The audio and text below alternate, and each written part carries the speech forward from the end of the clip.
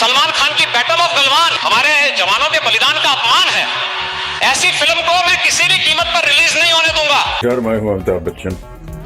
अभी कुछ दिन पहले मैंने एक वीडियो किया था। कहते हैं कुछ बातें ऐसी होती हैं जो सिर्फ एक वक्त के लिए नहीं होती बल्कि यादों में स्खुमा बनकर रह जाती हैं।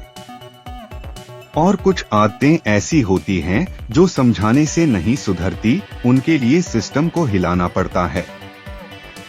जो समझना चाहेगा वो इशारा समझ जाएगा। और आज जो बात हम करने जा रहे हैं वो सिर्फ एक फिल्म या एक कंट्रोवर्सी की कहानी नहीं है। ये एक सीधी टक्कर है जिसमें पावर भी है, ईगो भी है और सच भी है। जो भी हो जाए, ये फिल्म बिना जवाब दिए रिलीज नहीं होने वाली। दोस्तों, बॉलीवुड ने अपने इतिहास में अनेक विवाद देखे हैं। कभी एक्टर्स के बयान, कभी बोल्ड सीन्स, कभी पोस्टर्स ने बवाल मचाया। लेकिन पिछले 24 घंटों में जो भूकंप आया है उसने सिर्फ मुंबई की फिल्म सिटी को नहीं बल्कि दिल्ली और लखनऊ के पावर कॉरिडोर्स को भी हिलाकर रख दिया है।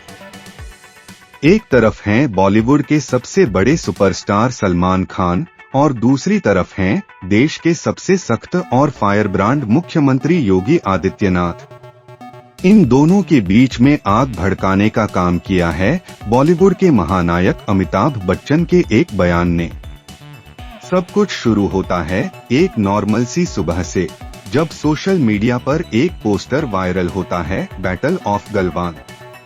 पहली नजर में लोगों को लगा कि ये भी एक रूटीन पैट्रियोटिक मूवी होगी, लेकिन जैसे ही पोस्टर थोड़ा क्लियर होता है पूरे देश का मूड बदल जाता है।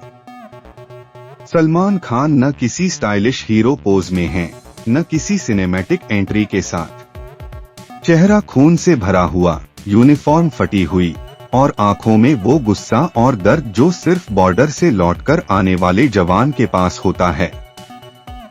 गलवान वैली सिर्फ एक जगह नहीं बल्कि हर हिंदुस्तानी के दिल का वो जख्म है जो दर्द भी देता है और गर्व भी। फैंस ने पोस्टर देखते ही मूवी को सलाम कर दिया। सोशल मीडिया पर रियल पैट्रियोटिज्म के नारे लगने लगे। लेकिन दोस्तों, जहां पब्लिक जश्न मना रही थी वहीं पावर कॉरिडोर्स में टेंशन का माहौल था। पोस्टर के बैकग्राउंड विजुअल्स और उसकी टैगलाइन कुछ ऐसी थी जो सीधे अनकंफर्टेबल सवाल खड़े कर रही थी। कहा जाने लगा कि फिल्म सिर्फ कहानी नहीं सुना रही बल्कि वो सच दिखा रही है जो सालों से फाइलों और डिप्लोमेसी के पीछे दबा हुआ था। वो सच जिसे सामने लाना शायद सिस्टम के लिए आसान नहीं है। इस स्टेटमेंट के बाद पूरे बॉलीवुड में एक अजीब सा सन्नाटा छा जाता है।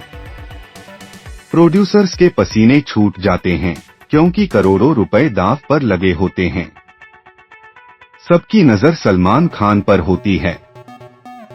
लोग सोचते हैं भाईजान कुछ बोलेंगे, कोई ट्वीट आएगा, कोई क्लैरिफिकेशन होगी, लेकिन सलमान खान खामोश रहते हैं। और ये खामोशी लोगों को और ज्यादा बेचैन कर देती है। इसी बीच अमिताभ बच्चन एक बार फिर बोलते हैं और इस बार उनके शब्द और ज्यादा तेज होते हैं। वो सीधा सवाल उठाते हैं, क्या सच से डर लगता है इसलिए उसे रोका जा रहा है? अगर कोई फिल्म मेकर बिना फिल्टर के सच दिखाना चाहता है तो क्या उसे चुप करा देना सही है? ये बात आते ही सोशल मीडिया पर नया भूकंप आ जाता है। बिग बी के इस स्टैंड को लोग ट्रुथ की आवाज कहने लगते हैं।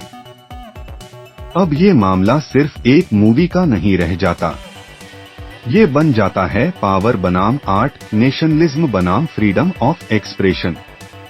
एक तरफ सरकार का कहना होता है कि शहीदों के नाम पर धंधा नहीं चलेगा और दूसरी तरफ अमिताभ बच्चन का कहना होता है कि सच को जानबूझकर दबाया जा रहा है।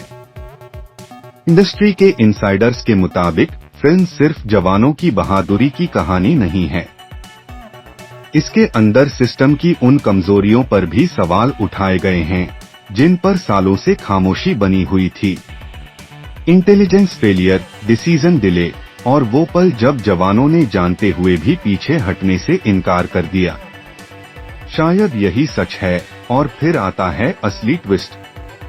एक इंटरव्यू के दौरान अमिताभ बच्चन बिना किसी का नाम लिए एक लाइन बोल देते हैं, सच दिखाना और सच को बेचना दोनों के बीच का फर्क समझना बहुत जरूरी होता है। बस यहीं से मामला बिगड़ जाता है। ये एक लाइन सोशल मीडिया पर आग की तरह फैल जाती है और बात सीधे लखनऊ तक पहुंच जाती है। सीएम योगी आदित्यनाथ इस मामले को सिर्फ एक फिल्म कंट्रोवर्सी नहीं मानते, बल्कि इसे देश के सम्मान और जवानों के बलिदान से जोड़ देते हैं।